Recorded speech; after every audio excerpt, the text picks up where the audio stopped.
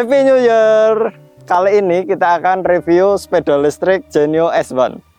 Kalian tahu nggak sih, Genio S1 ini adalah adiknya dari Genio SL1 yang sudah kita review di video sebelumnya. Apa aja sih perbedaannya? Yuk kita review. Eits, tunggu dulu, kalian sudah subscribe belum? Yuk cepetan subscribe sekarang. Belum subscribe juga ya. Ya udah nggak apa-apa, habis video ini ya. Untuk pilihan warna di Genio S1 ini ada 4 pilihan warna, yaitu putih, hijau, merah, dan yang saya bawa adalah biru. Oke, langsung saja kita review di bagian bodi. Yang pertama, untuk bodinya ini menyambung dari depan sampai ke belakang. Dan untuk kepala atau stangnya ini terpisah sama spakbor terpisah. Untuk lampu dan stang itu terpisah. Jadi kalau dibelokkan, lampunya tidak ikut berbelok. Untuk lampu depan ini bentuknya seperti mangkok yang bulat, dan untuk di dalamnya ini ada lampu LED berjumlah 10.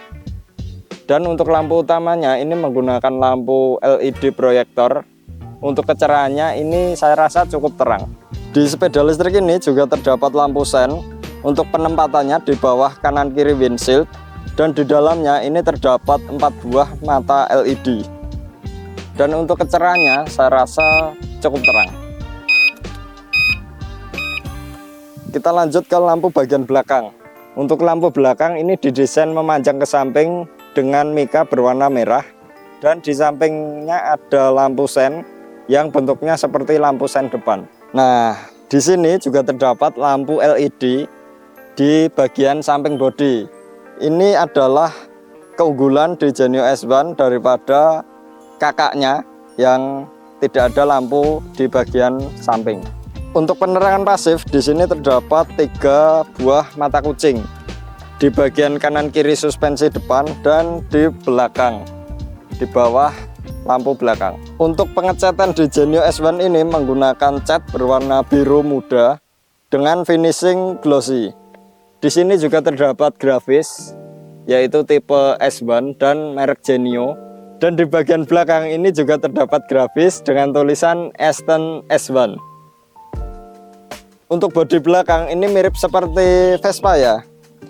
Dan untuk kerapian ini juga terdapat gap atau celah yang kurang rapi. Oke, selanjutnya kita ke bagian stang. Untuk stang ini didesain dengan konsep retro dengan cat berwarna hitam dop.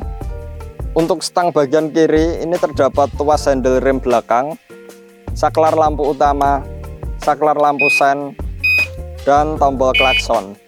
Dan untuk stang di bagian kanan ini terdapat tuas handle rem depan, throttle gas, dan saklar 1, 2, dan berapa? Iya lupa. Di bagian depan juga terdapat keranjang yang menggunakan bahan besi. Apabila beban hidup Anda terlalu berat, bisa diletakkan di keranjang ini. Di sini terdapat tempat penyimpanan atau yang sering kita sebut dengan dashboard. Untuk ukurannya ini bisa menampung 1 botol air mineral yang tanggung, dan yang sebelah kanan ini untuk ukuran yang kecil. Di sini juga terdapat cantolan barang. Dan yang terakhir untuk di bagian perlengkapan yaitu di sandaran belakang. Namun kekurangannya untuk di sandaran belakang ini tidak terdapat busa, jadi semisal buat bersandar itu keras di bagian punggungnya. Lanjut saya akan menaiki sepeda ini. Untuk di pijakan kaki ini terdapat footstep yang bisa ditekuk sehingga menambah kenyamanan pada saat berkendara di sepeda ini. Dan untuk yang pijakan kaki yang atas ini juga menurut saya kurang nyaman karena kakinya terlalu mepet sama stangnya. Jadi lebih nyaman ditempatkan di footstep. Dan untuk di pijakan kaki ini juga terdapat garis yang menonjol sehingga mengurangi resiko licin. Dan untuk yang pembonceng ini juga terdapat footstep, tetapi ini tidak bisa dilipat. Dan di cover menggunakan plastik ABS keras dengan alur yang menonjol juga. Sekarang kita ke bagian saddle. Untuk saddlenya ini lumayan empuk dan menggunakan kulit yang melar. Tetapi untuk di saddle ini itu tidak bisa diatur naik turun. Oke, untuk yang bagian pembonceng ini, untuk joknya itu keras. Bagaimana dengan kenyamanannya? Mari kita naiki. Saya rasa kurang nyaman karena kakinya terlalu tinggi, dan untuk sandaran belakang itu tidak ada busanya, serta jok belakang itu yang sangat keras. Oke, lanjut kita review di bagian kaki-kaki depan.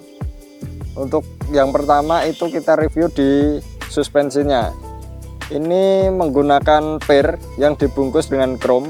Ini bukan hidrolis beneran ya guys, ini cuma hidrolisan, dan dilengkapi dengan spakbor depan dengan grafis listrik atau petir, dengan grafis juga persegi panjang di bagian tengah.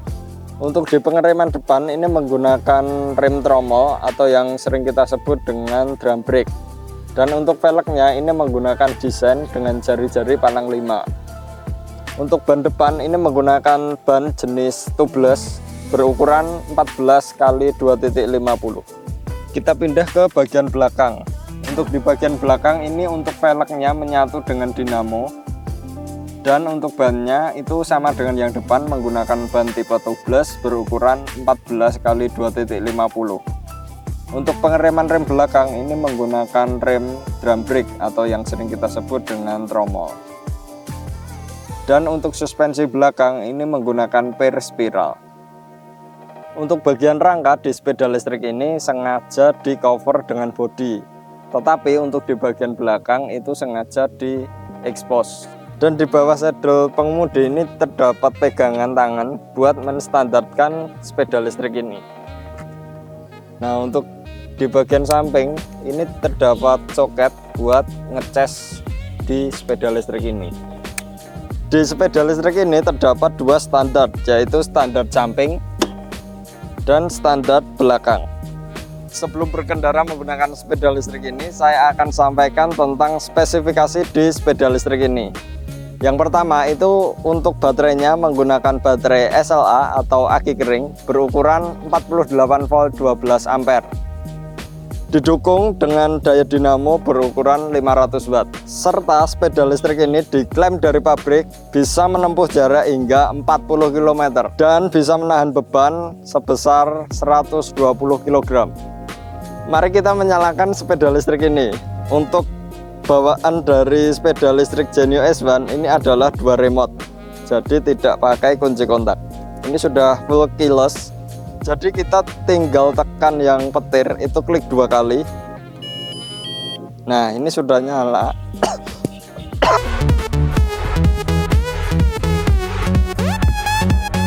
Dan ketika dinyalakan terdapat beberapa indikator. Yang pertama indikator lampu sen, speedometer, odometer untuk mengetahui jarak tempuh, indikator baterai, tulisan ready, logo Genio, tombol speed 1, 2, dan 3, dan indikator lampu. Di sini terdapat animasi lampu sen yang mengikuti arah lampu sen, serta animasi ketika saya gas.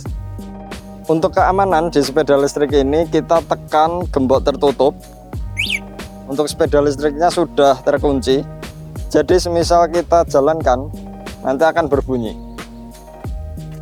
Kok lama ya? Oh, untuk responnya ini lumayan lama. Ini merupakan suatu kekurangan di keamanan sepeda listrik ini. Di sini juga terdapat tombol push start button untuk menyalakan unitnya. Nah, sudah nyala, mari kita tes. Lanjut kita tes di kenyamanannya. Untuk di suspensinya ini, apabila saya lewatkan jalan yang kurang rata itu tidak nyaman guys.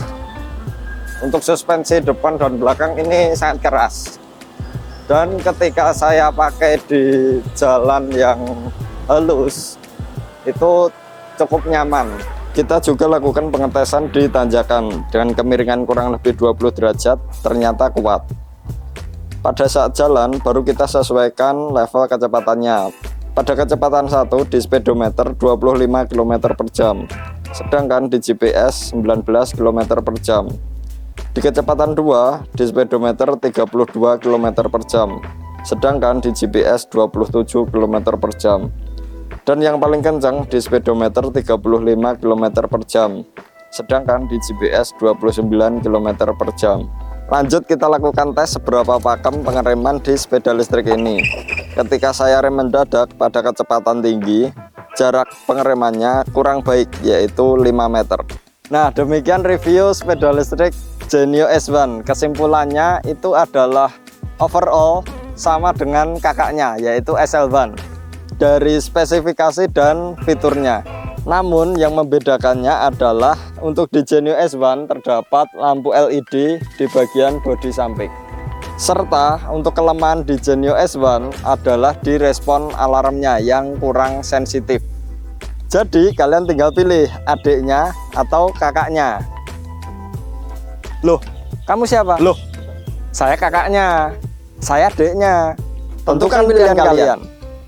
Buat kalian yang kepo tentang sepeda listrik lainnya, bisa kunjungi di Instagram kami yaitu voltauto_id atau bisa kunjungi toko-toko kami. Well, terima kasih buat kalian yang sudah menonton video ini. Jangan lupa like, comment, subscribe, dan share video ini sebanyak mungkin. See you on the next video.